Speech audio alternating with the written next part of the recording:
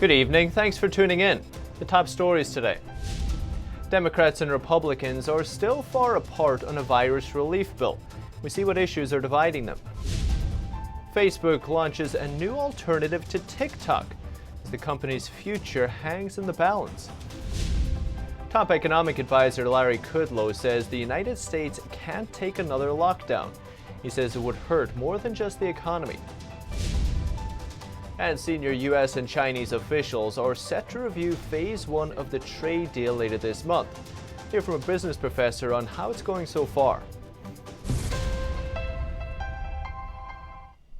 New data shows that hiring in the United States declined sharply last month. ADP says U.S. firms only added 167,000 jobs in July. There were 4 million added in June.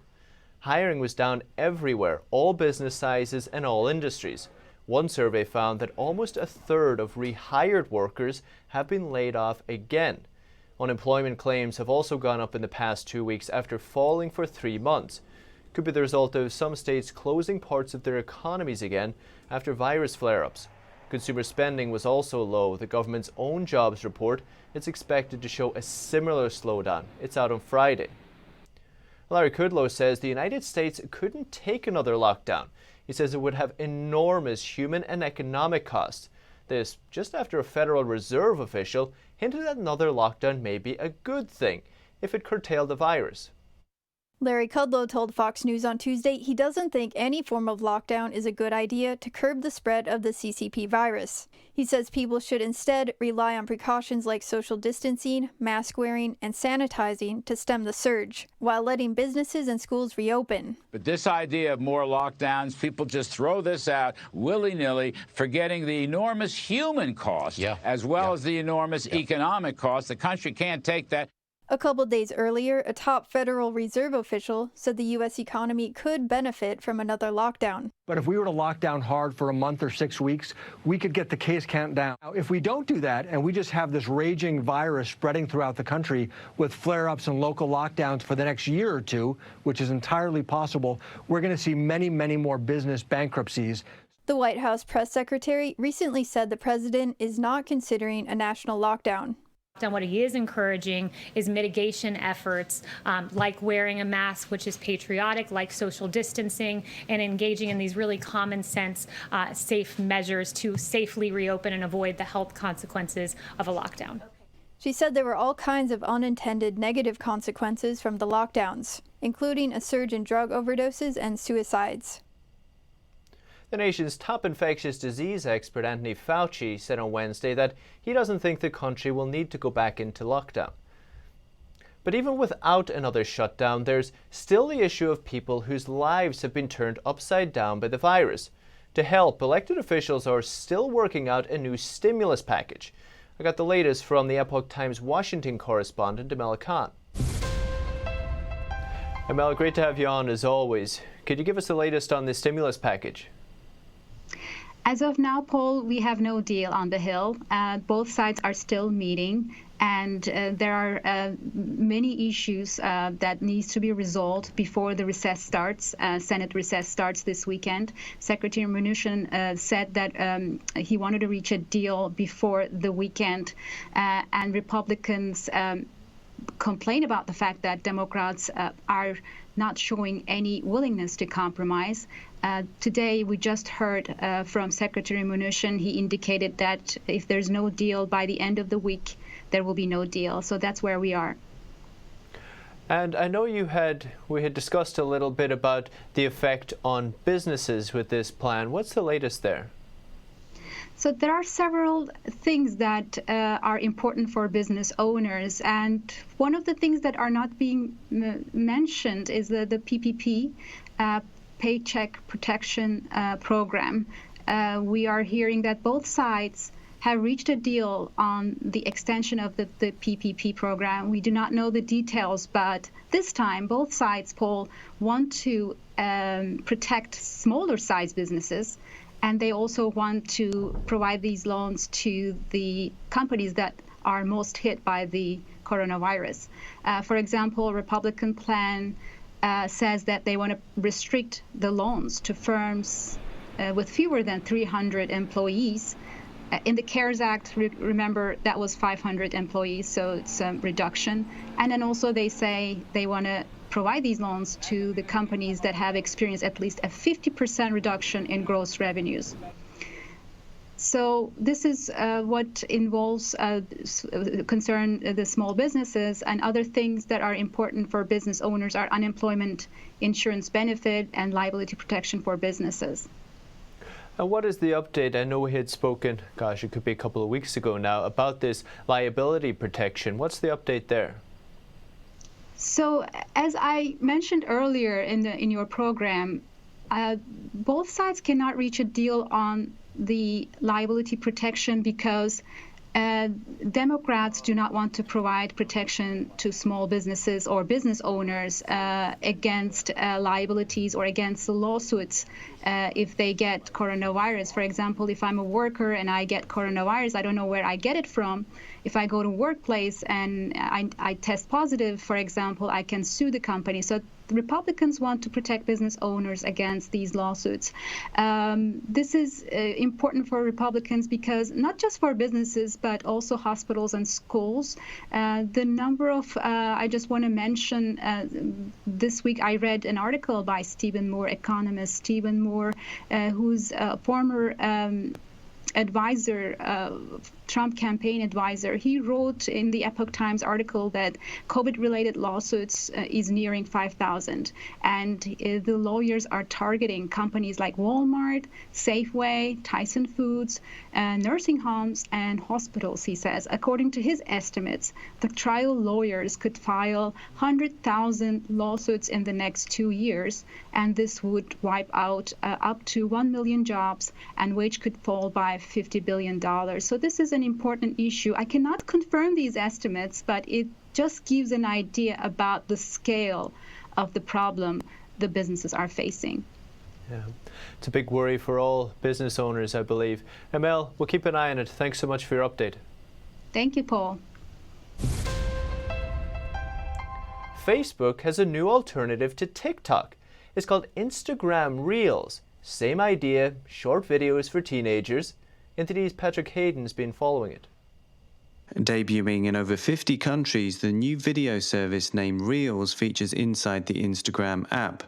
The launch comes after Microsoft revealed it was in talks to buy TikTok's US operations from China's ByteDance.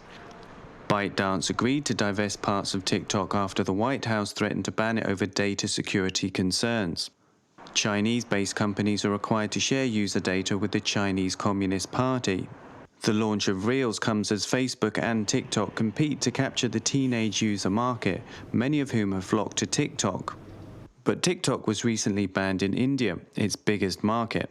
Similar to TikTok, Reels records short, mobile-friendly vertical videos. Users can then add special effects and soundtracks from a music library. Those similarities led TikTok chief executive Kevin Mayer to call Reels a copycat product that could coast on Instagram's enormous existing user base. Facebook faced similar charges at a congressional hearing on US tech companies' alleged abuse of market power last week, with lawmakers suggesting the company copied rivals like Snapchat for anti-competitive reasons. But will TikTok be safe even if Microsoft buys it? NTD's Jason Ma, who holds a PhD in electrical and computer engineering, isn't so sure. He says it's likely much of TikTok's current structure will remain in place even after it changes hands. NTD's Juliet Song reports. Microsoft is in talks about buying part of TikTok. President Trump said if there's no deal before September 15th, he would ban the app in the U.S. But one of NTD's China experts doesn't think a deal would clear TikTok of its security risks. I think it's near impossible, as Microsoft can't remove the entire tech operation behind TikTok and develop it themselves from scratch. This is impossible. It will keep using the company's original tech developers, original coding, and many things from the previous company, even operational models. TikTok, a widely popular video sharing app, has been at the center of the controversy. It's one of the fastest growing video platforms in the world, owned by Chinese company ByteDance. It has more than 80 million monthly users in the U.S. U.S. officials said the app could put user data at the hands of the Chinese Communist Party. Chinese law requires companies to hand over user data if police ask for it. Even with a new deal, questions remain whether it could completely rid the app of security concerns. As an international company, will Microsoft sell its American users' data to companies backed by the Communist Party? In 2018, Facebook admitted that it gave Huawei access to some of its user data. That's a huge scandal. So is it possible that Microsoft will also sell its user data to China? White House trade advisor Peter Navarro also questions if Microsoft is going to be compromised. He said Microsoft is among the companies that help build China's Great Firewall, the country's vast internet censorship system. Microsoft's search engine, Bing, is one of the few American search engines that's not censored in China. He suggests that Microsoft divest its Chinese holdings if it were to buy the app. Juliet Song, NTD News. In one bright spot for the economy, the U.S. trade deficit fell for the first time since February. It dropped 7.5% to over $50 billion for June. Both exports and imports started rebounding. Exports made record increases with a 94% percentage rise. That's twice as fast as imports. But U.S. trade is still about 1/5 down from the same period last year. Two-way trade rose 6.7% from May to June, mostly because of cars and auto parts.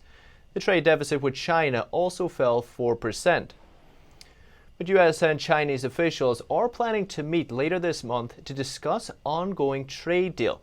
China is falling behind on much of its promised purchases of U.S. goods.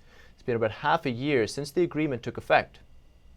The main negotiators for the U.S.-China trade deal are planning to meet via video conference later this month for a 6-month review of the agreement. Under Phase 1 of the trade deal, China said it would buy $200 billion more of U.S. goods over a 2-year period when compared to 2017 levels. America is concerned about China's not, fulfilling its obligation to the contract and not buying enough. But China is falling far behind its first-year target of a $77 billion increase. Imports of farm goods have been lower than in 2017. Beijing has bought only 5% of the energy products needed for the first year. I don't think the Chinese government had intention to even, truly implement this deal.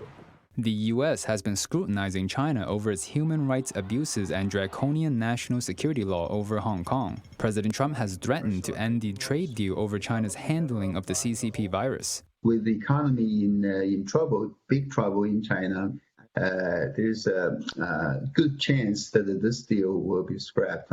The latest tension between the world's two largest economies is President Trump's warning to ban the Chinese app TikTok unless it is sold to an American company by next month.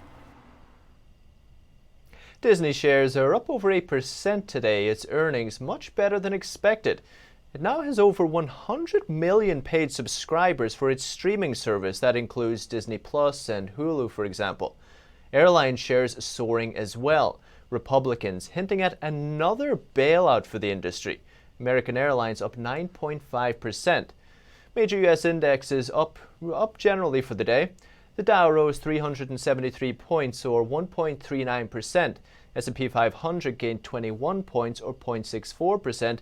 And the Nasdaq at a record high added another 57 points or 0.52%. The state of Virginia has rolled out a new COVID contact tracing app. It's the one created by Apple and Google. The app is called COVID Wise. It'll notify you if you might have been exposed to the CCP virus, or commonly known as the coronavirus. It's free and available for both Apple and Android users. And if you're worried about privacy, it uses Bluetooth technology, with state officials saying the app protects user privacy and doesn't track their location or collect personal information. And also on combating the virus, Health and Human Services Secretary Alex Azar will visit the president of Taiwan in the coming days. It's the highest profile visit ever by an American official.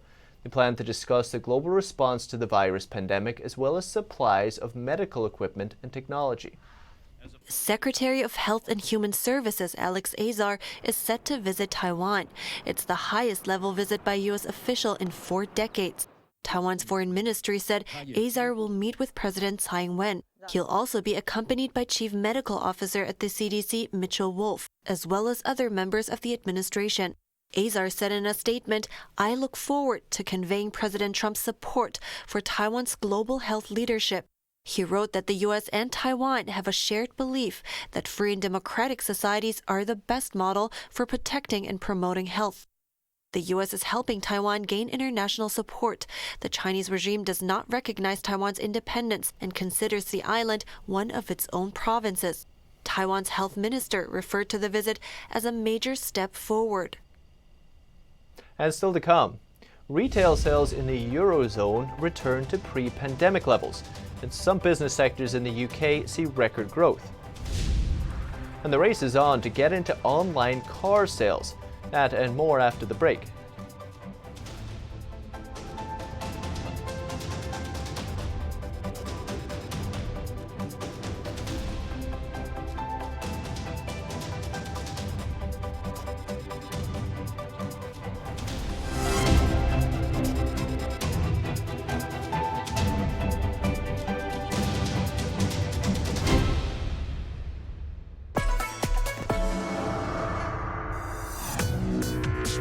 Viewers have described China Uncensored like The Daily Show, but about China. In China, something can be illegal, but still in common practice. For example, bribery, or intellectual property theft, or Uber. At the beginning, I was super excited when I got 500 views, and now the show's grown to about 500,000 subscribers on YouTube. One episode reached 7.9 million people and counting. I'm a little freaked out that many people have seen my face. Hey, have you heard of China Uncensored? It's starring me. It's more and more obvious that China is having a major influence on the U.S. Hey, have you heard of China Uncensored? 中国揭秘. In 5 years, I see China Uncensored as the only show on TV or the internet. It will be the sole source of edutainment worldwide. Have you heard of China Uncensored? Yeah, I have. You actually have? He's heard of China Uncensored. I love China Uncensored. We are being censored. America's news outlets no longer provide the truth. 90% of news outlets in the United States are controlled by 6 corporations. They're not out to tell you the truth of what's happening. They're out to tell you the picture of the world that they represent. The mission of the Epoch Times is to chase the truth, to ground all statements in facts, and prevent people from being misled. The Epoch Times is independent. We're not controlled by any special interests, and we never will be. The Epoch Times is a non-partisan media. That means we don't stand for any political party. This is a battle between truth and deceit, a battle between forces that would ensnare this country in ignorance, and between a media that wants to present you with the truth. Subscribe today and join the Americans who are seeking truth and tradition. We'd love to have you on board.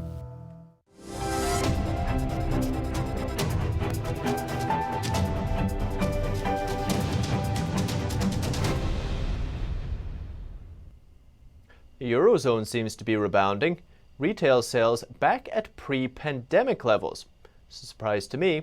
In the UK, businesses in manufacturing and services grew at the fastest rate in 5 years. The volume of retail sales in the Eurozone rebounded in June. It reached levels last recorded in February before the lockdowns. According to Eurostat, sales in the 19-country currency bloc rose almost 6% in June from May, with spending on clothing and car fuel driving the gains. The 2 consecutive increases in sales fully offset the record declines in March and April. Eurostat said the shopping volume in June was over 1% higher than a year earlier. That's the first annual rise since February.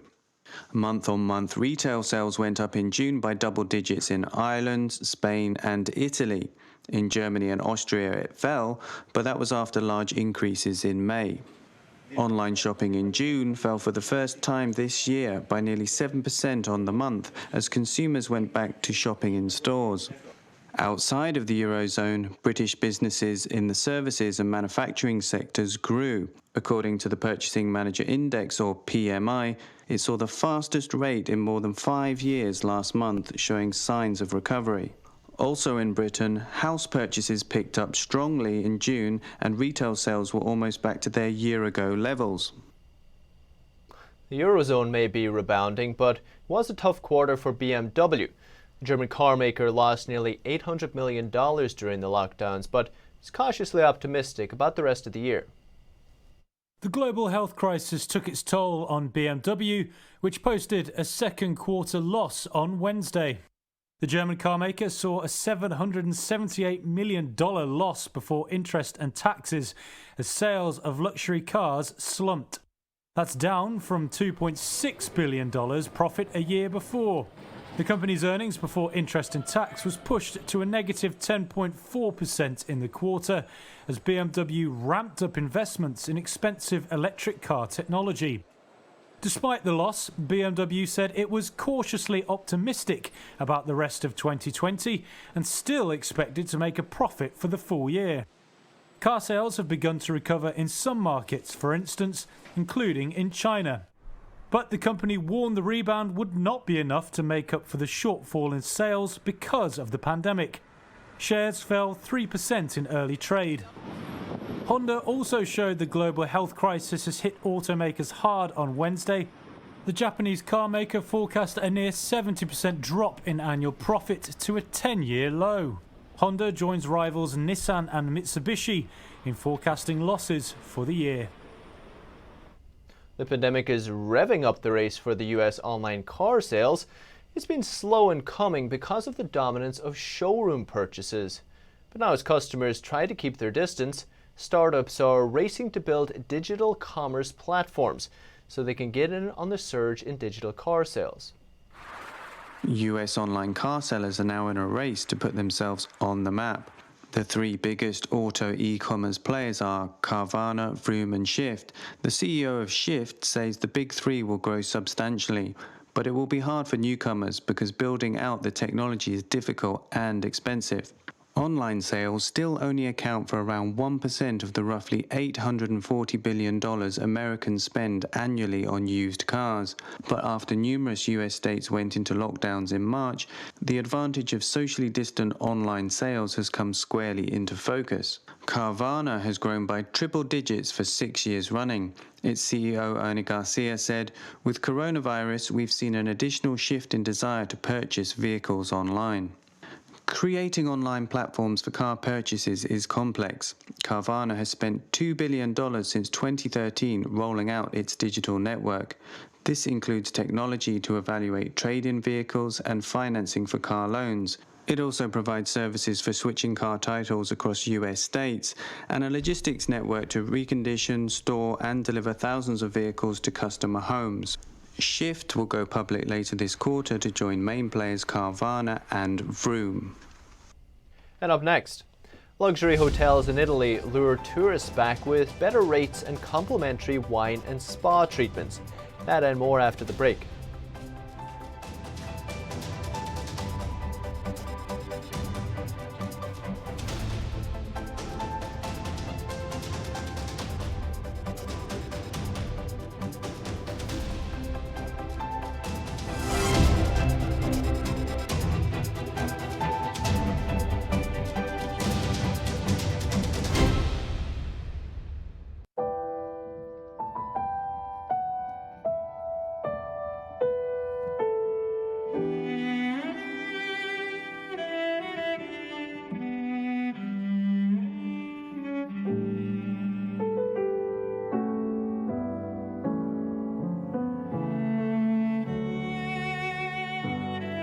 大提琴不仅仅是一件乐器，它是有生命、有感情的，需要我们精心的照顾。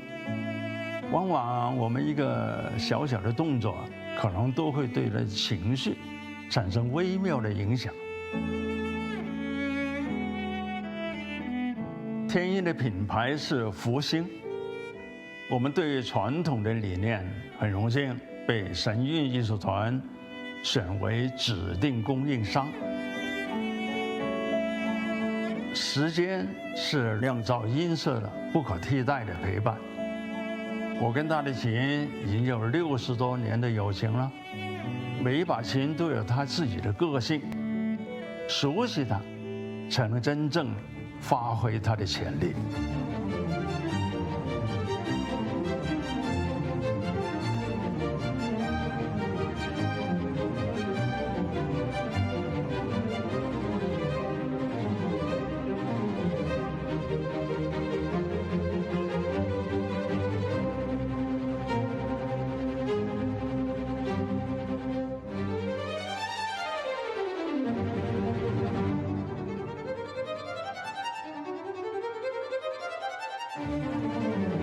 所以我希望给你的每一把琴，都是首先我所信任的。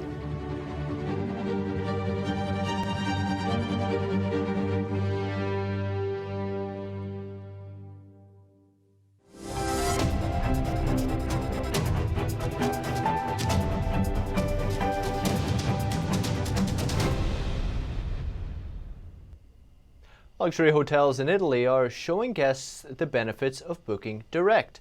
A new initiative is attracting more domestic tourists while discouraging hotels from using international booking websites.